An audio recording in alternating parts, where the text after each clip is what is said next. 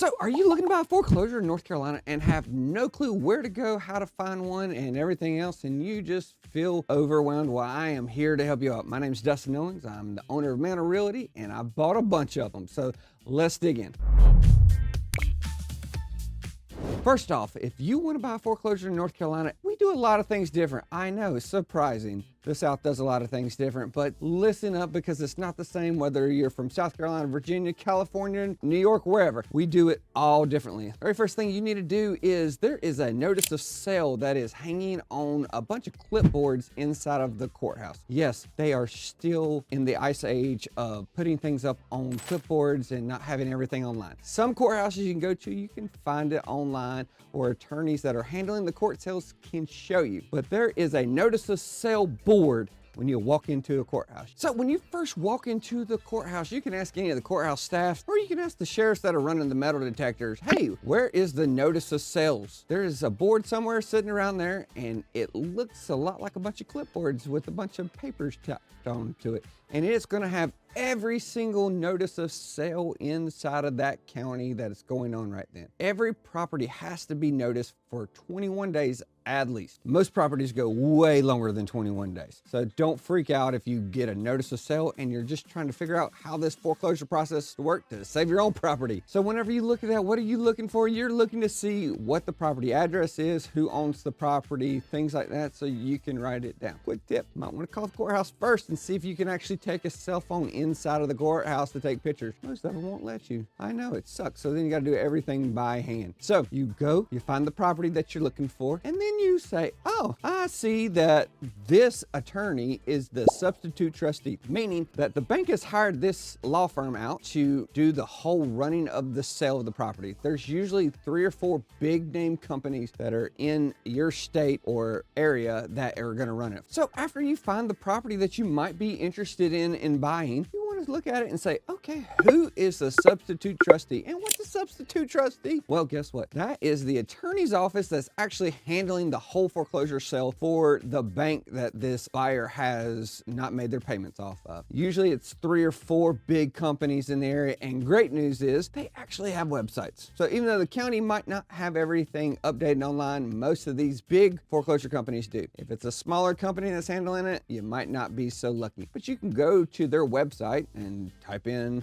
foreclosure sales at Brock and Scott or Hutchins Law Firm, blah, blah, blah, and find the property that you're looking for. Other thing a lot of these websites will actually do for you is they'll tell you when the sale date's going to be and what the opening bid is going to be. Also the deed booking page, because you're going to need all these kinds of information. They're not putting it out there just because they feel like it. They're putting it out there because you probably need a lot of this information on their spreadsheets that they put online. Other things you might see is third-party companies that are posting these types of sales for the substitute trustee because they don't want to keep updating their website, like auction.com. Auction.com usually has a lot of the foreclosure properties that are in our areas and just runs it automatically through there so you can see what all is going on, and makes it a lot simpler. A lot easier than just doing the pen and paper that I did whenever I first started buying my own real estate, back in the late 1900s. So once you see what's going on, where is the actual sale of the property? Right where you just found those papers. Yes, it is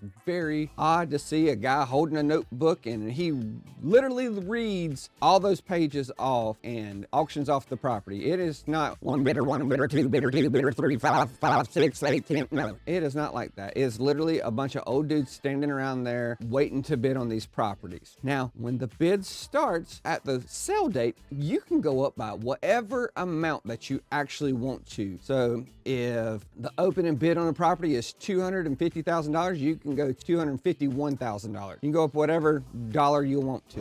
So what happens if you win at the courthouse steps? You get the keys right then and there and you get to go boot people out of their house?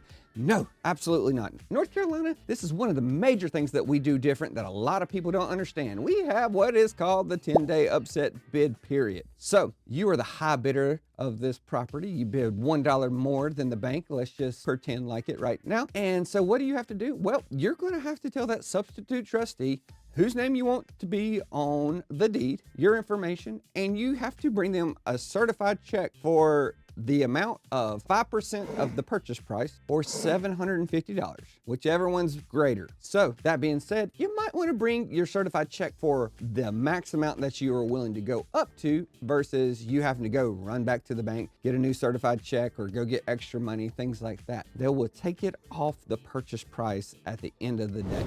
So after that first day, the substitute trustee is going to go file all the paperwork with the special proceedings, clerk of court, all that fun stuff, and say, here's our high bidder right now, put it in the folder.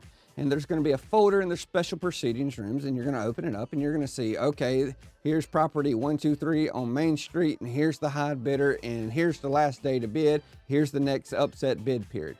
Forms look a lot like this.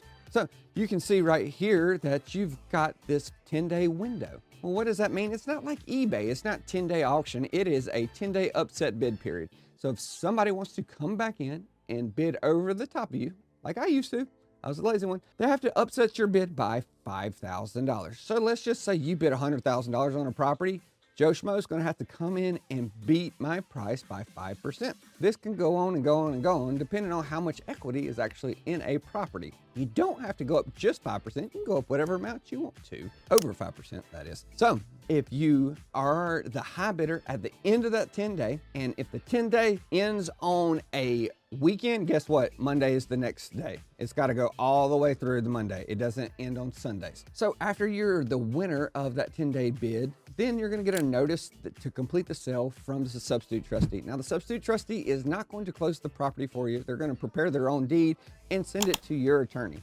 Your attorney's going to schedule everything out for you to do a closing. That being said, just remember, most foreclosures in North Carolina, you're not going to be able to use anything but cash to go buy the property. Why? You can't get access for an appraisal or be able to do any inspections, anything like that. The property is sold as is, how it sits, where it sits, including all liens and judgments on the property. So big tip, if you want to buy a foreclosure in North Carolina, you should always do a title search before you actually bid on the property. What's the title search, you might ask? Well, that's going to make sure that the person who they're foreclosing on is the only person who has a right to the property, that there's no other mortgages that you might have to pay off, that there's no tax liens that you might have to pay off, HOA dues, IRS liens, mechanic liens, anything like that. And if you do, you're at least noticed to know that, hey, these other liens you're going to have to pay off too. A lot of times we see people going in and buying what they think is a townhouse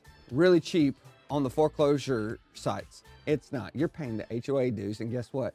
You still have to pay the whole mortgage off on that property. It stinks, and you usually just lose that HOA money, and then they start back over because people don't realize how much they're actually spending. They think that they're going to go get a whole house for $1,000. Doesn't work that way. Not in North Carolina, at least. Other things you might need to consider if you're buying your very first foreclosure in North Carolina is anything inside of that property is your responsibility, whether it is evicting the tenant, AKA the previous buyer, or removing all the junk from the yards and things like that, or even if the previous owner of the property destroys it on the way out. It's all your responsibility. You can't really do too much because you don't own the property until you close on it. So if you got that 30-day window and they decided to rip out the cabinets and everything else, you're sort of hoodooed right now. Yeah, there's a lot of court proceedings you could probably do, but it's a pain in the rear. Be very careful if you're buying a foreclosure and it is owner occupied.